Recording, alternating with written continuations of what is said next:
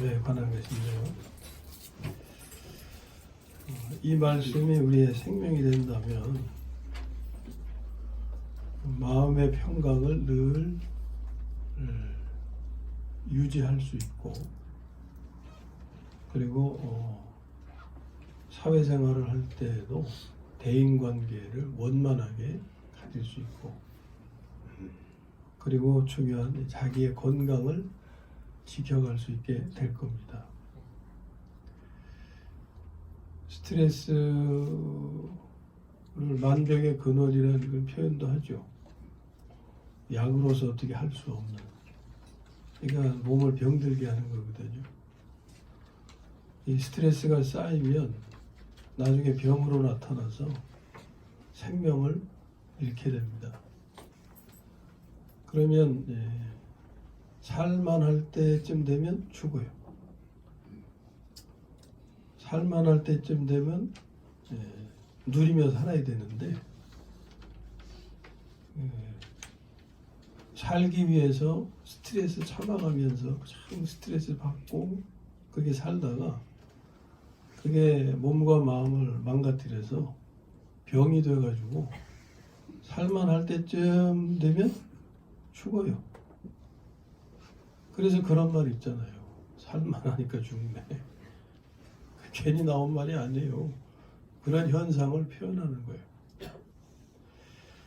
중요한 거죠. 우리가 마음의 평강을 누린다는 거, 그렇죠?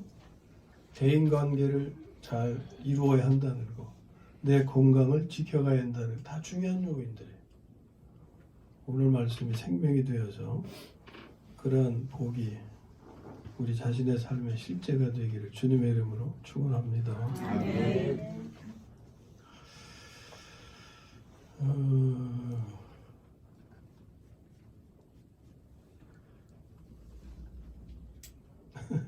의성이한테 물어야 되겠다.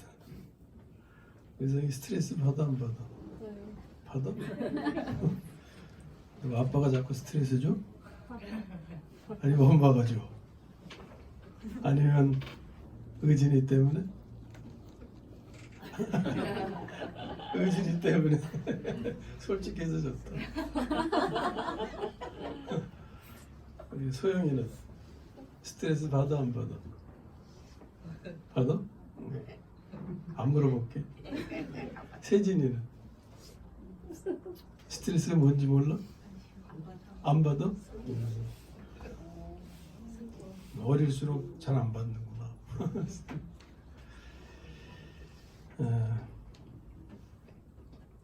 하여튼 오늘 나누는 말씀이 잘 깨달아지고 흡수가 되고 생명이 되어서 삶이 되어서 앞에 말씀드린 그 복을 잃어버리지 않게 되기를 소망해요. 이 말씀은 한번 전하고 듣고 지나가지만 이게 또 녹화가 되니까 자꾸 보시면은 유익하게 될 겁니다. 확실히 말씀드릴 수 있어요. 자, 사람을 가장 괴롭히는 것 중에 하나가 스트레스인데, 스트레스가 만병의 근원이라고도 말하죠. 이것은 스트레스가 인간의 삶을 삼켜버리는 것입니다. 스트레스는 사람에게 한 번에 크게 해를 끼치는 것은 아니에요. 그러나 이것이 수없이 반복되면 큰 해를 끼치게 됩니다. 스트레스의 무서움은 바로 이 점에 있는 거예요. 그렇게 비유하죠. 물방울의 힘은 아무것도 아니에요. 물방울이 떨어질 때 뭐가 떨어졌는지도 못 느낄 정도의 느낌이에요. 근데 이게 물방울이 한 곳을 끊임없이 가격이라고 표현해도 되나? 하여튼 끊임없이 한 곳을 물방울이 치면은 바위도 쪼개진다는 거예요. 예? 이게 스트레스가 그렇다는 거예요. 그 순간의 스트레스는 뭐 별거 아닌 것 같아요. 그런데 그것이 자꾸 나를 치고 끊임없이 치면은 언젠가는 바위가 깨지듯이 내가 깨진다고 말해요. 스트레스는 폭발력도 있습니다. 이것이 쌓였다가 터지면 큰 위력을 발휘하게 되죠. 그래서 심하면 인생이 날아가요. 인생이 날아간다는 건 자기를 죽이면 자살이 되고 남을 죽이면 살인이 되고 앞에 말씀드린 거죠. 병들어 죽는 거. 인생이 날아가게 하는 거죠. 또 가정이 깨어지기도 합니다. 그래서 명절 때 왜 스트레스 받아 싸워가지고 이혼 있었던 그런 말씀드린 적 있죠. 또 결손 가정이 생겨나고 가정이 깨어지는 경우죠. 스트레스의 영향이 두 가지 형태로 나타나는데 하나는 즉각적인 반응으로 다른 하나는 속으로 참는 것으로 그렇게 구분할 수 있어요.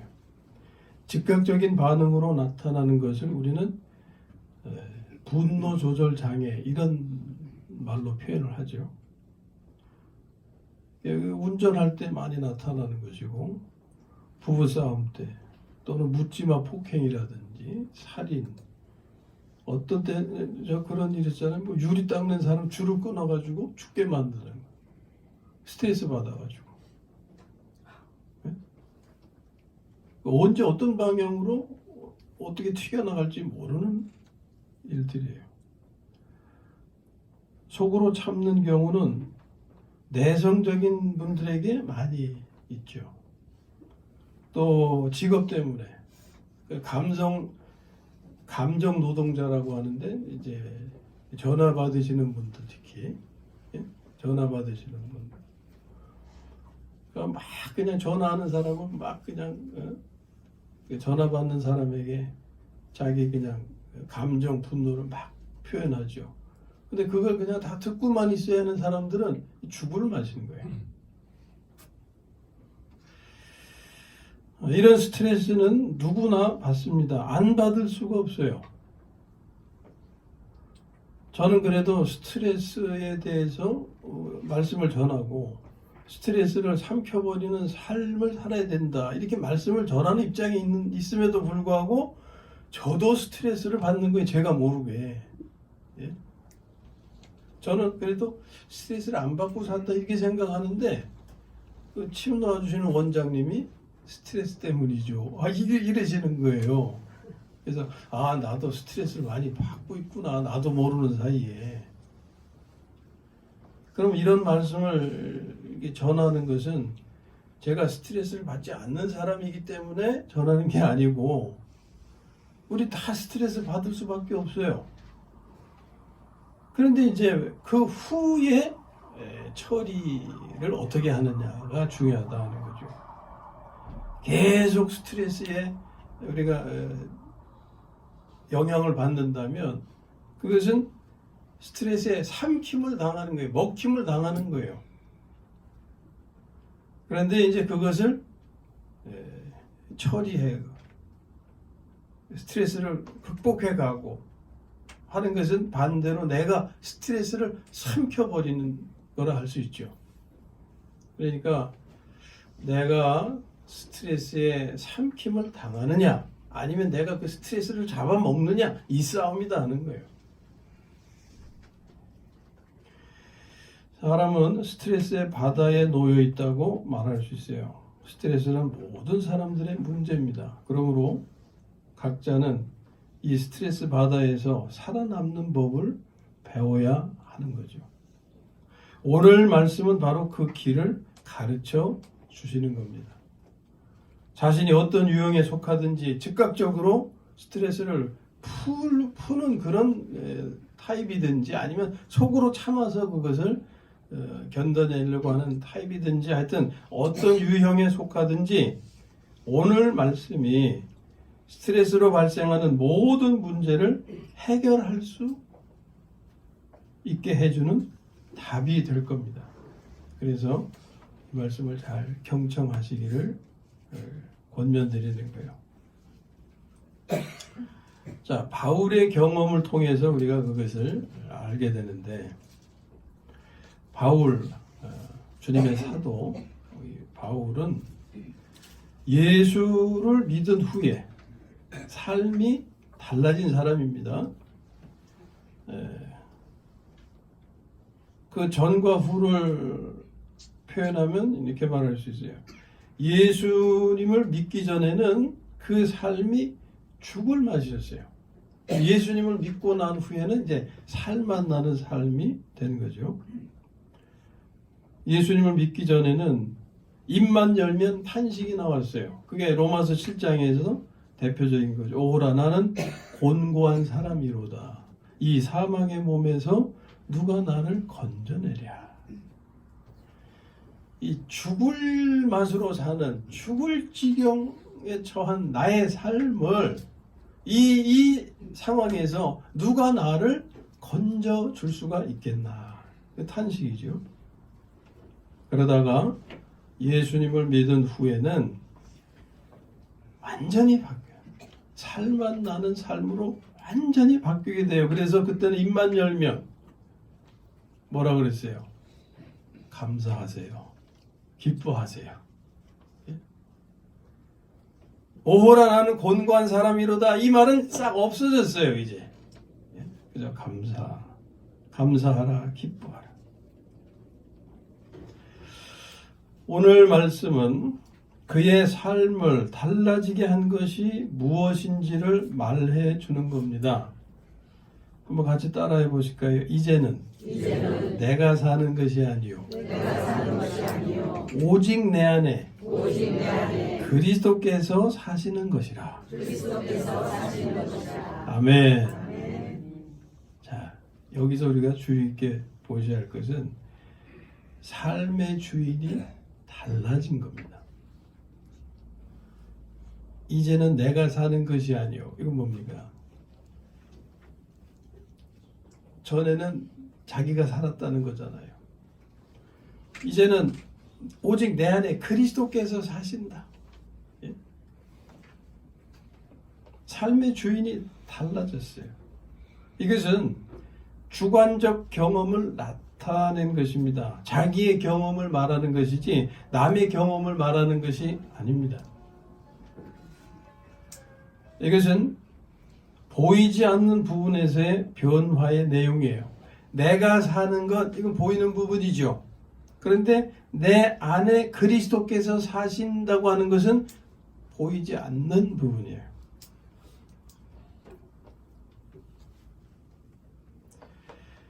그러니까 내 삶의 변화는 어디에서 이루어진 거냐? 보이지 않는 부분에서 이루어진 것을 전하고 있는 거예요. 그래서 이 말씀을 공감하려면 각자의 삶에서 이를 똑같이 경험해 봐야 됩니다. 그러면 어떻게 해야 나의 삶에서 바울이 경험한 바를 똑같이 경험할 수가 있는가? 그 답은 다음에 이어지는 말씀에 있어요. 이제 내가 육체 가운데 사는 것은 하나님의 아들을 믿는 믿음 안에서 사는 것이라. 이게 비결인 거예요. 이제 내가 육체 가운데 사는 것, 우리가 다 육체 가운데 살잖아요. 그런데 바울의 삶은 하나님의 아들을 믿는 믿음 안에서 사는 것이다 라는 거예요. 그럼 하나님의 아들은 그리스도시죠. 그 그리스도가 어떤 분이냐? 내 안에 생명으로 계시면서 나의 삶을 살아주시는 분입니다. 우리가 그리스도를 이렇게 우리가 깨달아야죠. 그리스도에 대한 깨달음이 있어야죠. 내가 믿는 그리스도는 어떤 분이냐? 나의 생명이 되셔서 나의 삶을 살아주시는 분임을 우리가 알아야 된다 하는 거예요.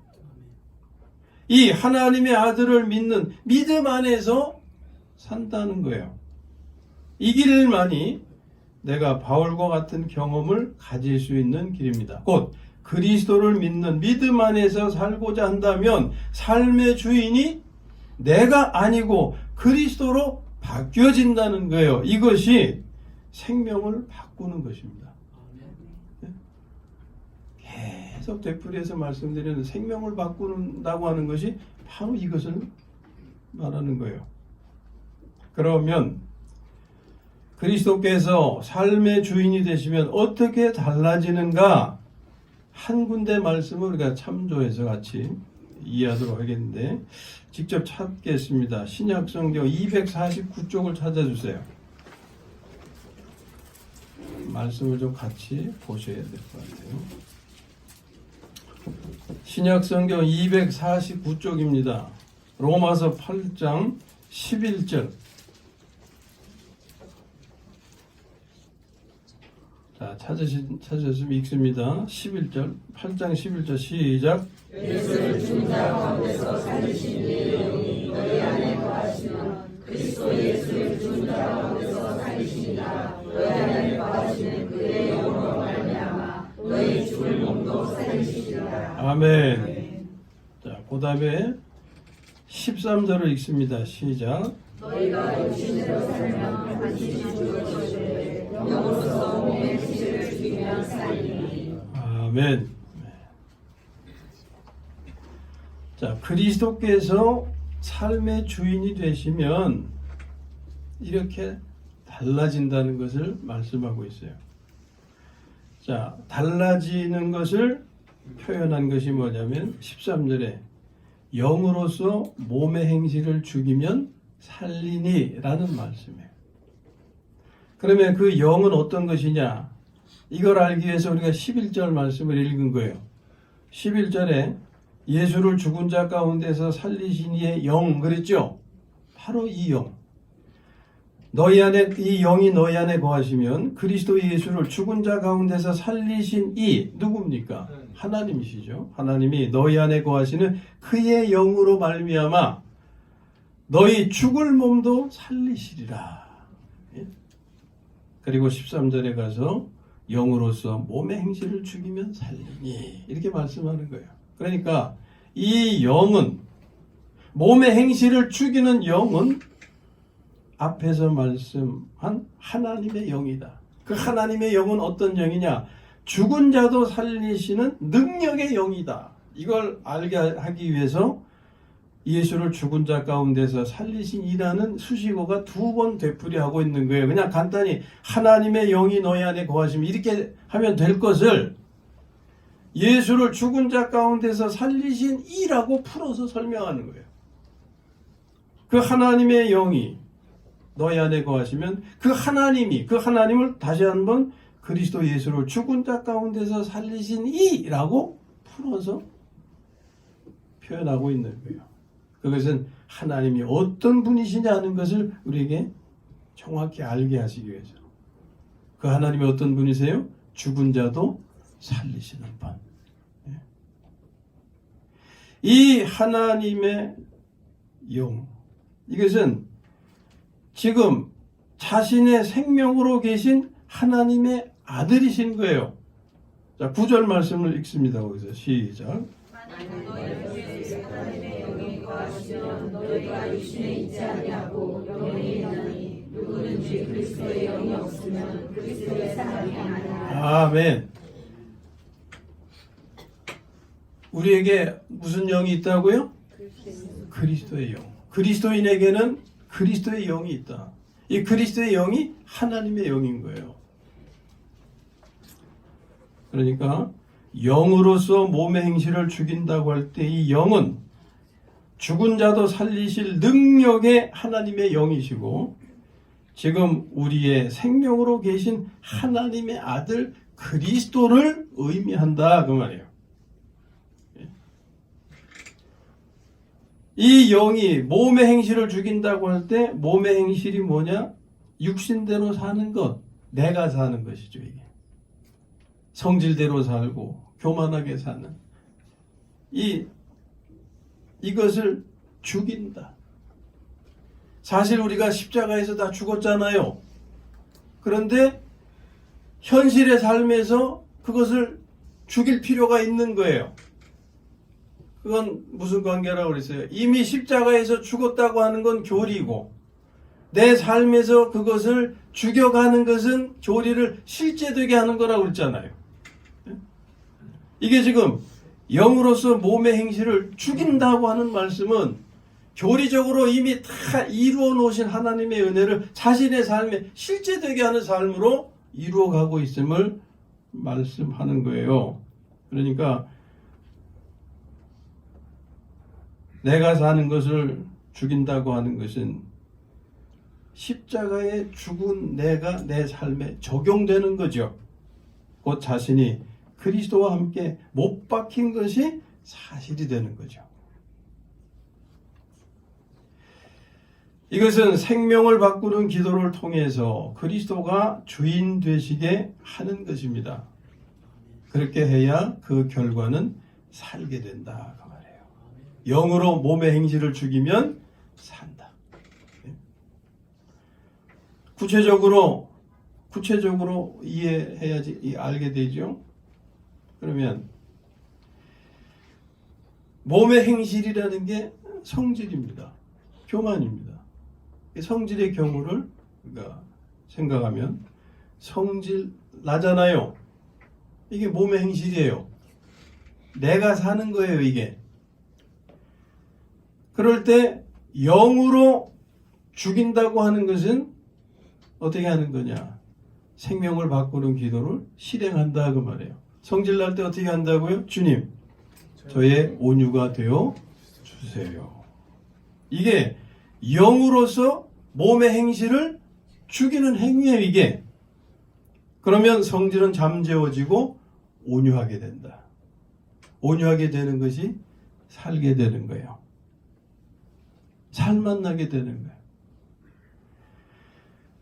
분노 조절 장애자가 되지 아니하고 분노를 조절할 수 있는 능력자가 되는 것, 그게 사는 거예요. 성질대로 분노를 행하면 그것은 분노 조절 장애자로 판명이 돼요. 그렇죠? 분노 조절 장애자로 이렇게 여겨져 가지고 그냥 그런 딱지가 붙게 돼요. 그런데 누구에게나 이것이 다 있어요. 분노 조절 장애, 이런 요인이. 크고 작은, 심하고 덜하고의 차이뿐이지 그런 요인은 다 있단 말이에요. 어떤 극한 상황에 딱 직면했을 때 그게 폭발할 수 있어요. 그래서 하는 말들이 뭡니까? 안 그럴 사람 같은데, 그러네? 얌전한 사람 같은데 무서워? 이런 말이 나오는 거예요.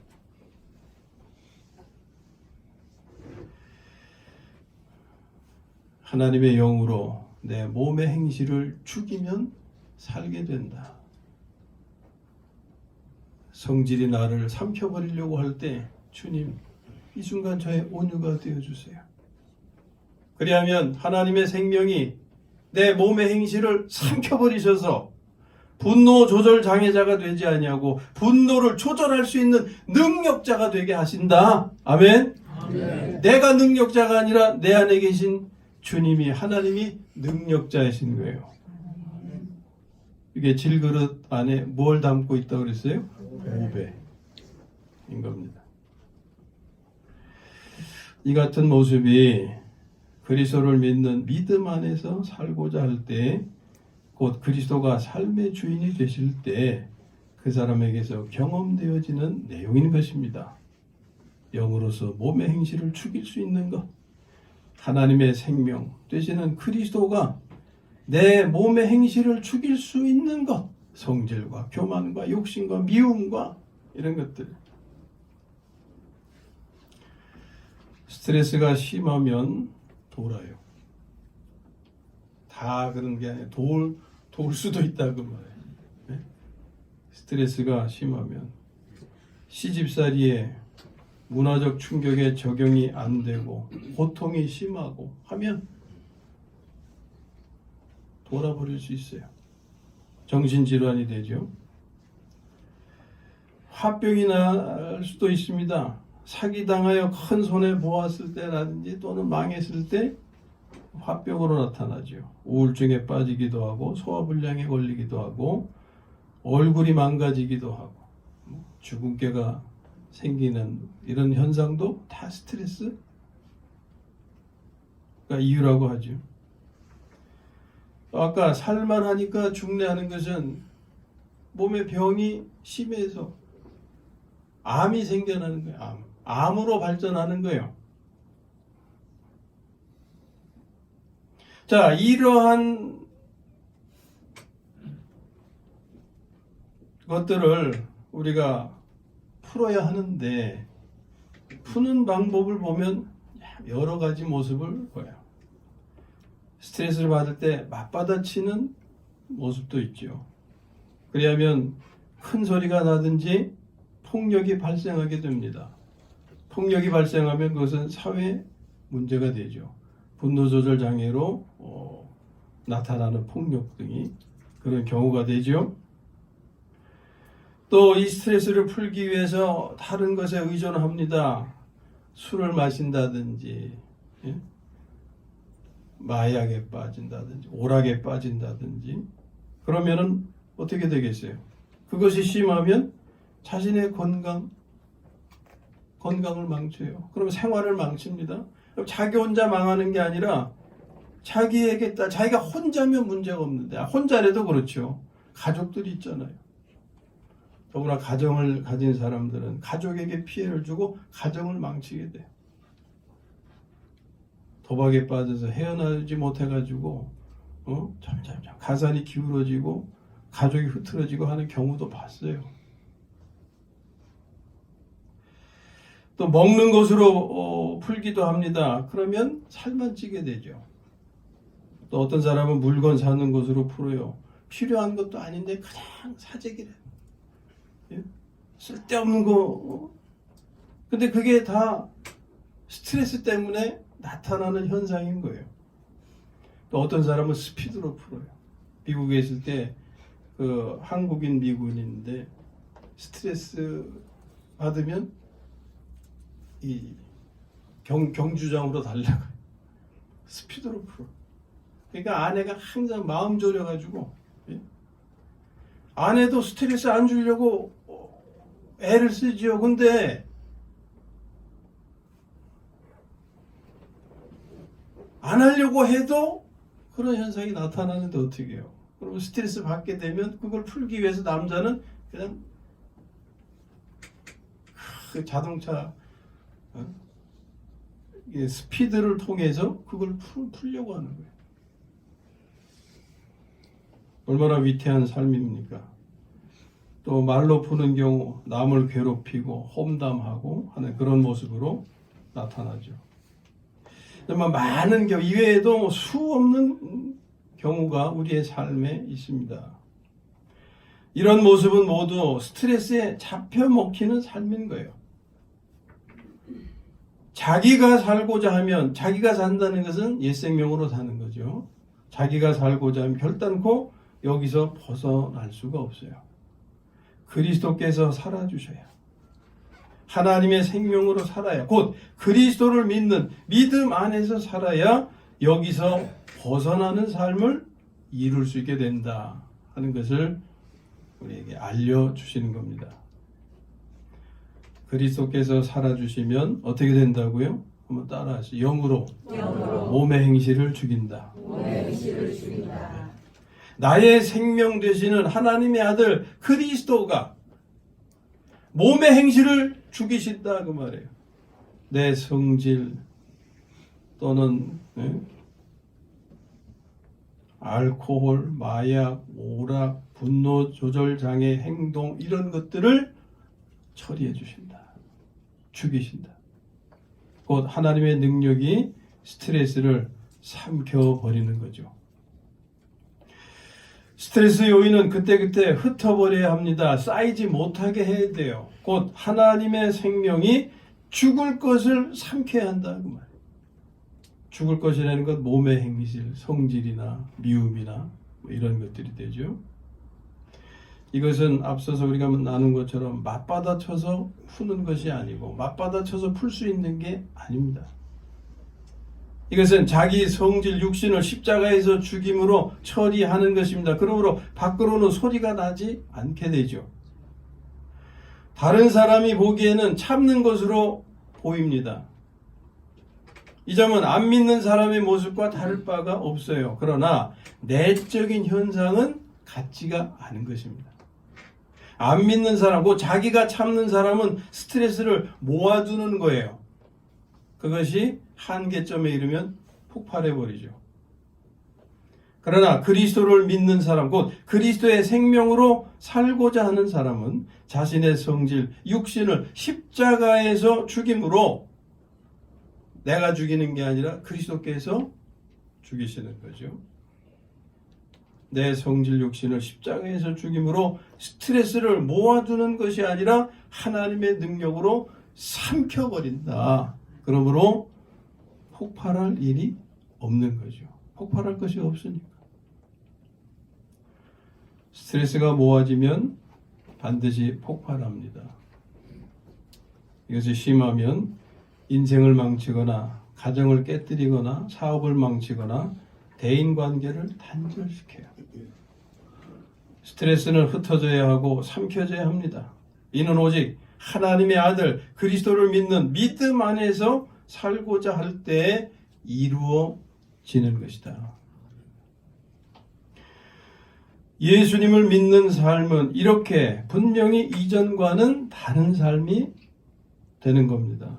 바울의 삶이 달라졌어요. 그의 삶을 달라지게 한 것은 그가 믿은 그리스도였습니다. 바울이 그리스도를 개인적으로 경험한 삶이 이 말씀을 듣는 여러분의 삶에서도 그리스도가 개인적으로 경험되어지기를 주님의 이름으로 축원합니다. 그래서 스트레스를 삼켜버리는 삶을 통해서 살아계신 하나님을 알게 되고 그로 인해서 믿음이 더욱 견고해져서 영적으로나 육신적으로나 건강한 삶을 지켜가고 이루어가게 되기를 다시 한번 주님의 이름으로 축원합니다. 찬송하겠습니다.